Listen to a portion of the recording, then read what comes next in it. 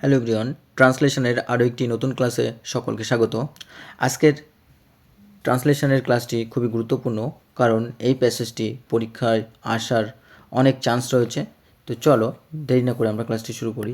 প্রথমে আমরা দেখতে পাবো, একদিন প্রসঙ্গক্রমে বিদ্যাসাগর তাহার মাতাকে জিজ্ঞাসা করিলেন, মা, তোমার কি কি গহনা পরিতে ইচ্ছা হয়?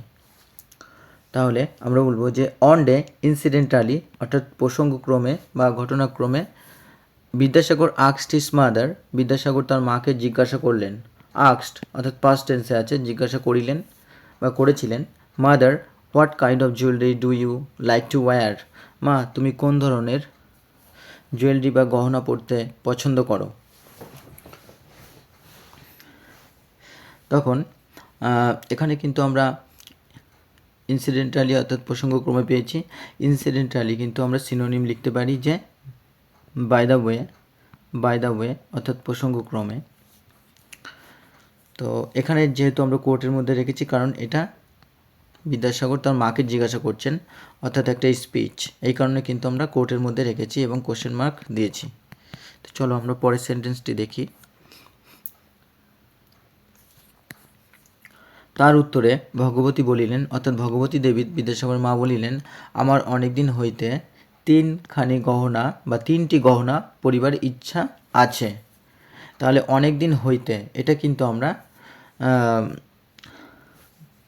আচ্ছা দেখি, ইন রেসপন্স, তার উত্তরে বা ইন রিপ্লাইও বলতে পারি আমরা, ভগবতী সেইড, ভগবতী বলিলেন, আই হ্যাভ লং ওয়ান্টেড, আমার দীর্ঘ প্রতীক্ষিত একটা ইচ্ছা রয়েছে কি, টু ওয়্যার, পরিধান করার বা পরবার, 3 পিসেস অফ জুয়েলারি, 3টি গহনা পরিবার ইচ্ছা রয়েছে।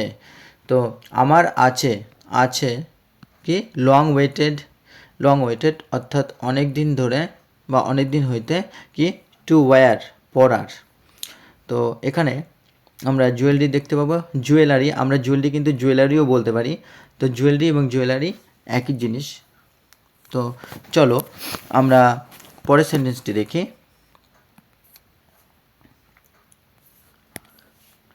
দেশের ছেলেগুলি মূর্খ হইতেছে। The countries children are becoming stupid. তাহলে কি বলছে, হইতেছে বা হচ্ছে। দ্য কান্ট্রিজ চিলড্রেন, দেশের ছেলেরা কি, আর বিকামিং স্টুপিড অর্থাৎ মূর্খ হচ্ছে, বিকামিং হওয়া, আর স্টুপিড হচ্ছে মূর্খ, বা আমরা বলতে পারি যে ফুলিশ মূর্খ হচ্ছে, বা ইগনোরেন্ট বলতে পারি, অশিক্ষিত হচ্ছে, বা আমরা বলতে পারি সিলি। তো আমরা কিন্তু স্টুপিডের 3টে এখানে সিনোনিম জেনে রাখলাম, এটা আমাদের সুবিধা হবে, কারণ আমরা ওয়ার্ড পাওয়ার বাড়াবো। প্রতিটা লেসনে আমি বলে থাকি যে আমাদের কিন্তু ওয়ার্ড পাওয়ার প্রচণ্ড দরকার, খুব দরকার, কারণ 1 ঘন্টায় 6টা রাইটিং কমপ্লিট করার মতো কিন্তু আমাদের স্পিড থাকতে হবে। আর যারা ট্রান্সলেশন পুরো দুটোই কমপ্লিট করতে পারবে, ইংলিশ টু বেঙ্গলি ও বেঙ্গলি টু ইংলিশ, তারাই কিন্তু একমাত্র সেকেন্ড স্টেপে পাস করতে পারবে, নইলে পাস করা খুবই টাফ। চলো পরের সেন্টেন্স দেখি। তাহাদের জন্য একটি দাতব্য বিদ্যালয় স্থাপন করো। দাতব্য অর্থাৎ দানশীল যেটা, তাহলে establish A charitable school for them, তাদের জন্য একটা দানশীল বা দাতব্য বিদ্যালয় প্রতিষ্ঠা করো। তো চ্যারিটেবলকে আমরা বলতে পারি কি, দেখি, আমরা বলতে পারি মার্সিফুল অর্থাৎ দানশীল, বা আমরা বলতে পারি গ্রেসিয়াস বলতে পারি দানশীল, বা আমরা বলতে পারি বিনিভোলেন্ট দানশীল।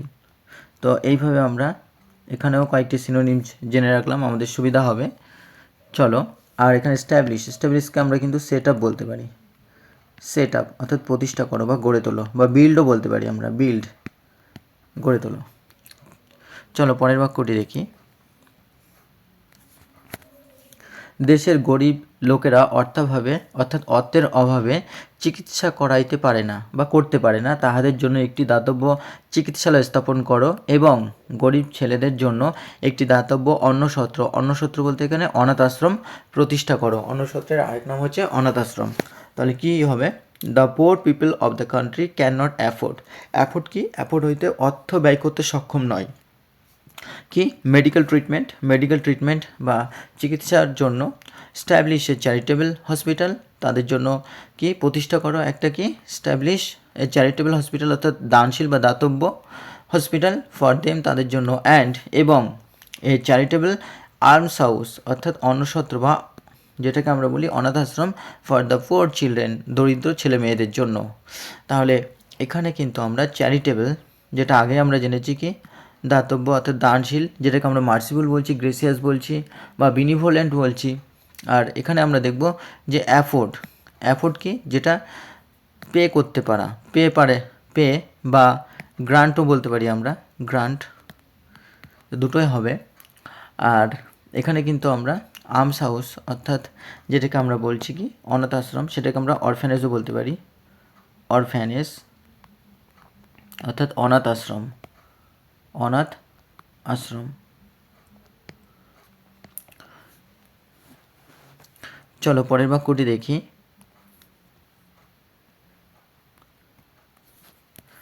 অনেক দিন হইতে এই তিনখানি গহনা পরিতে আমার ইচ্ছা হইতেছে অর্থাৎ হয়েছে। তাহলে আই হ্যাভ বিন, এখানে আই হ্যাভ বিন ব্যবহার করেছি কেন? এখানে কিন্তু আমরা কি প্রেজেন্ট পারফেক্ট কন্টিনিউয়াস টেন্স ব্যবহার করেছি, যার গঠন আমরা জানি কি সাবজেক্ট প্লাস হ্যাজ অথবা হ্যাভ, তার সাথে বিন এবং ভার্বের সাথে আমরা ভার্বের 1 নম্বর ফর্মের সাথে আমরা আইএনজি যোগ করি, দেন অবজেক্ট, দেন আদার্স, এবং সেখানে সিন্স ফরেরও ব্যবহার থাকে। তো এখানে কি আছে, আই হ্যাভ বিন ওয়ান্টিং, আমি চেয়ে আসছি, মানে কোনো কাজ অতীতে শুরু করে বর্তমানে চলছে এমন বোঝালে কিন্তু আমরা প্রেজেন্ট পারফেক্ট কন্টিনিউয়াস টেন্স ব্যবহার করি।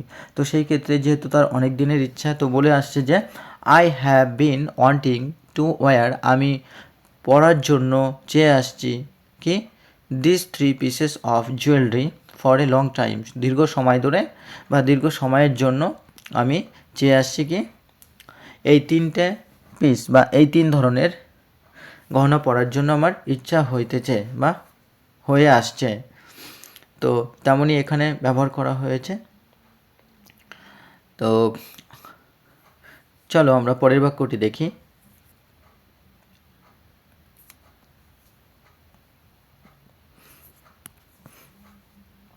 তুমি আমার উপযুক্ত পুত্র, তুমি তোমার মাতার এই 3টি স্বাদ পূর্ণ করো। তাহলে ইউ আর মাই ওর্দি সান, তুমি আমার ওর্দি সান অর্থাৎ উপযুক্ত বা মূল্যবান বলা চলে। ইউ ফুলফিল, তুমি পূর্ণ করো this 3 wishes of your mother, তোমার মায়ের এই 3টে স্বাদ তুমি পূর্ণ করো বা 3টে ইচ্ছা তুমি পূর্ণ করো। আচ্ছা, তো এখানে আমরা ওর্দিকে আমরা বলতে পারি ভ্যালুয়েবল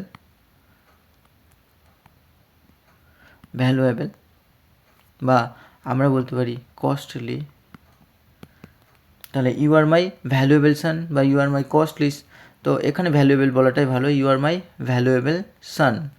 আর ইউ ফুলফিল অর্থাৎ কমপ্লিট করো বা পূর্ণ করো বা সম্পূর্ণ করা, কি 3 ধরনের যে উইশেসের কথা বলা হয়েছে সেটা মায়ের 3 ধরনের উইশেস। তো আমরা কিন্তু প্যাসেজটি খুব সুন্দরভাবে বেঙ্গলি টু ইংলিশ করে ফেললাম।